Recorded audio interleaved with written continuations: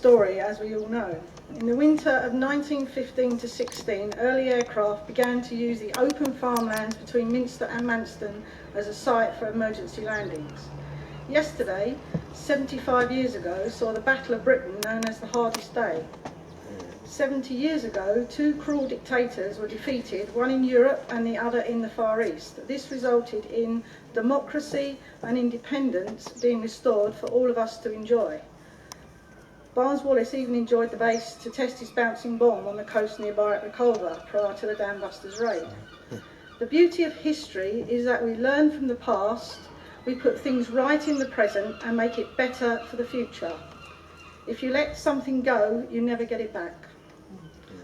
Our Isle is now threatened with a modern-day invasion in the form of property developers with no interest in our heritage, our way of life and our quality of life, or indeed the many lives that were lost defending this country.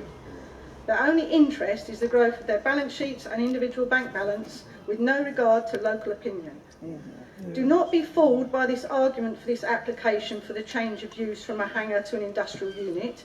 It is not to assist with the UK balance of trade, giving Thanet a much needed 25 additional jobs and the much used threat of the company relocating elsewhere if they're not granted permission. We only need to remember the same threat used time and time again by Pfizer's, and look what happened now. There is no truth in what they are saying. There are no other suitable sites available in Thanet. It can be easily proved otherwise. This application is a blatant attempt to undermine the fabrication and to completely unbalance the entire infrastructure of this airport, to which I hope we are all very much aware. Do not be fooled, as previous planning committees have been in the past, with clever words and smoke and mirrors to get development applications agreed on projects that didn't have the benefits going to local people. Manston Airport is the very heart of Thanet. It was built as an airport. It has served its community and country well and must be restored to its intended purpose of a fully functioning airport. I would ask this committee to totally reject the officer's recommendation of defer and delegate and refuse the application in its entirety. Thank you.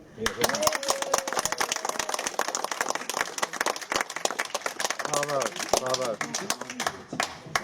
Also speaking on 24-1, Councillor Martin. Yes, thank you, Chair. My question is quite brief. Given the sensitive and incomplete nature of the CPO, I would be interested to know how this application has come to the Council at this time and why it was not considered more appropriate to defer or delay it for perhaps 2 months, during which time the CPO arrangements and negotiations would be much clearer than they are today. That's right. Thank you, Councillor Martin. The planning officer will now outline the report. Thank you, Chairman. The application is for the change of use and conversion of an existing building from an airport use to general industrial with external alterations. The site is identified on this wider plan of the airport site. It's this area in black here. Now, this is, as already mentioned, one of 4 planning applications that are currently under consideration by the local planning authority. The 3 other applications for change of use are still under consideration and therefore under the committee this evening. This is an aerial view of the existing site. So the building in question is the one with the white roof from this view. So Spitfire Way is here with Spitfire Junction in this area here. So the site is within the airport, but it is on the edge of the airport. This is a view of the front of the building. As you can see, it's behind the gated access from Spitfire Way. Now, a number of external changes are proposed to the building, which includes a 4-storey extension. So this view here at the top of the screen was the view that members were just looking at with regards to the photograph from that from the view from Spitfire Way. So the extension is in this area here. So this is a side elevation at the bottom here of the actual extent of the extension, which goes up to a height of 15.8 metres. It's considered by officers that excuse me, that the extension, due to its width, its location, and its depth and its setting against the existing building, that it will not have a significantly adverse impact on the character of the area when seen against these buildings. The layout of the site as proposed is to have parking to the rear of the building. So this is Spitfire Way, where we were just looking from, so looking towards the building. So the parking for visitors and also employees would be to the rear, be accessed via a traffic lighted route that goes down between the two buildings. This is building 3 and building 4, they're the subject of the other applications. And then the service yard would still be effectively at the part of the building that fronts Spitfire Way. Now, Highways have agreed the internal layout and the level of parking and the arrangement for the delivery vehicles and servicing of the property. And this is another view of the site which shows the MOD building, which is to the, it's actually, even though it looks like it's to the north on this plan, it's actually to the east of the site, which is outside of the applicant's ownership, and again shows Spitfire Junction and also Spitfire Way. Now, as members have seen, the detailed matters with regards to this application and the numerous planning considerations are covered in the officer report, but as we've already heard, the key issue raised in public speaking and by ward councillors is the principle of development, which is covered on page 124 and 125 of the agenda items of the agendas that members have.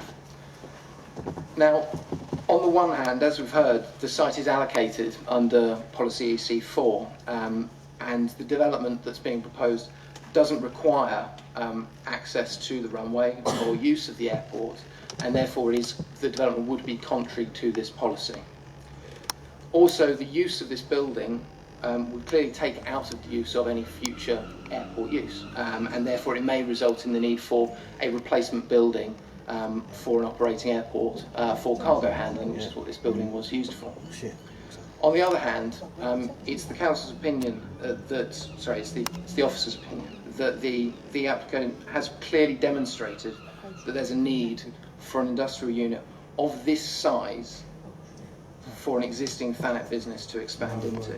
And this has been confirmed by the council's economic development manager because of the lack of supply and availability within the timescales required and on allocated sites of buildings that are present and can be converted relatively quickly.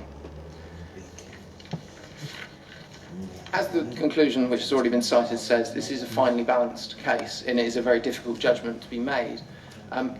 It's officer's opinion that given the specific economic need that's been mentioned for a building of this scale in the district and the location of the site on the edge of the airport, that this tips the balance in favour of the proposal as an acceptable departure to CC1 and EC4 of the Thanet local plan. But notwithstanding that, it's important to say that any development must not prejudice the potential operation of the airport, which is clearly stated in both policies. And on this, the Civil Aviation Authority have given us a view, which is outlined within the recommendation, that we need to get and receive specialist advice from air traffic control specialists to ensure that the proposed extension to the building will not affect the operational ability of the airport. Now, the recommendation is that advice is received by the LPA and is then sent to the CAA, the Civil Aviation Authority, to be verified by them and agreed that it wouldn't have an impact on the operational ability of the airport prior to any approval of the application. So therefore, the recommendation is to defer and delegate to officers for approval subject to receipt of satisfactory specialist advice which will confirm the proposed extension to the building will not prejudice any potential future operation of an airport. Thank you, Chairman.